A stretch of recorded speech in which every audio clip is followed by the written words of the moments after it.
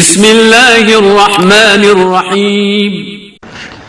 بسم اللہ الرحمن الرحیم۔ شادی کا مقصد۔ سوال: عورت کا جہاد کیا ہے؟ جواب: امام موسیٰ کاظم علیہ السلام نے فرمایا، جہاد المرأۃ حسن التباعل۔ عورت کا جہاد یہ ہے کہ وہ اپنے شوہر سے نیک برتاؤ کرے، اچھے اخلاق سے پیش آئے، اس کی خدمت کرے، اس کے ناموس کی، اس کے اموال کی حفاظت کرے۔ دوسرا سوال: شادی کے فوائد کیا ہیں؟ جواب: امام علی رضا علیہ السلام فرماتے ہیں، انسان کے لیے نیک اور شائستہ شریک زندگی سے بڑھ کر کوئی سود مند چیز نہیں ہے۔ ایسی بیوی کہ جب اس کی طرف نگاہ کرے تو اسے خوشی و شادمانی حاصل ہو، اس کی جو تھکاوٹ ہے وہ دور ہو جائے اور چہرے پر مسکراہٹ آ جائے، اس کی غیر موجودگی میں اپنے نفس اور اس کے ماں باپ کی حفاظت کرے، اس کے اموال کی حفاظت کرے اور ناموس کی بھی حفاظت کرے۔ انسان اس دنیا میں اس لیے نہیں آیا ہے کہ وہ ایک مدت تک کھائے پیے سوئے عیش کرے لذتیں اٹھائے اور پھر مر جائے اور نابود ہو جائے۔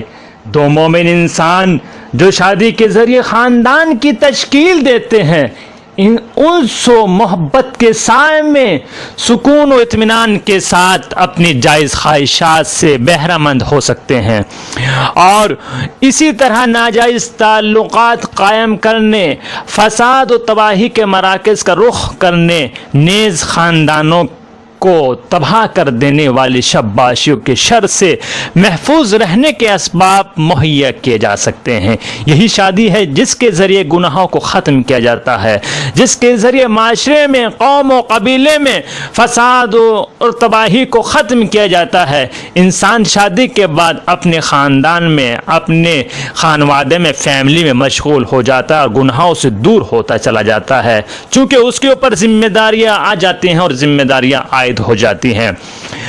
غیر شادی شدہ افراد کی شادی کرو۔ حضرت رسول اکرم صلی اللہ علیہ وآلہ وسلم نے ارشاد فرمایا، زوجوا ایامکم فإن اللہ یحسن لهم فی اخلاقہم ویوسع لهم فی ارزاقہم ویزیدہم فی مرواتہم۔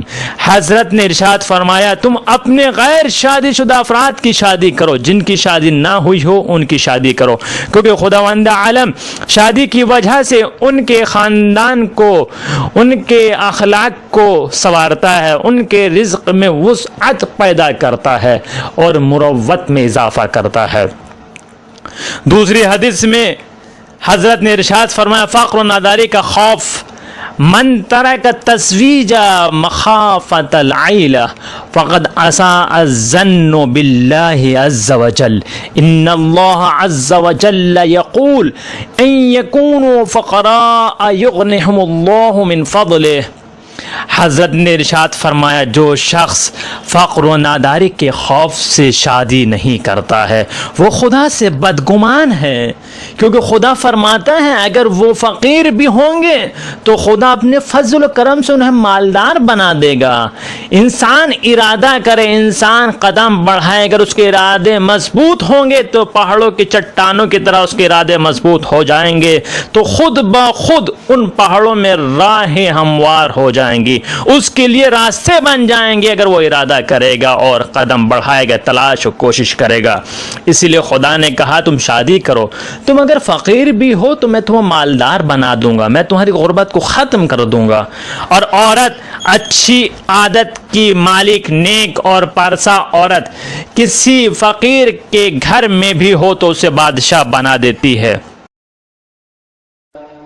خمسة أطفي بهم حر الجحيم الحاطمة، المصطفى والمرتضى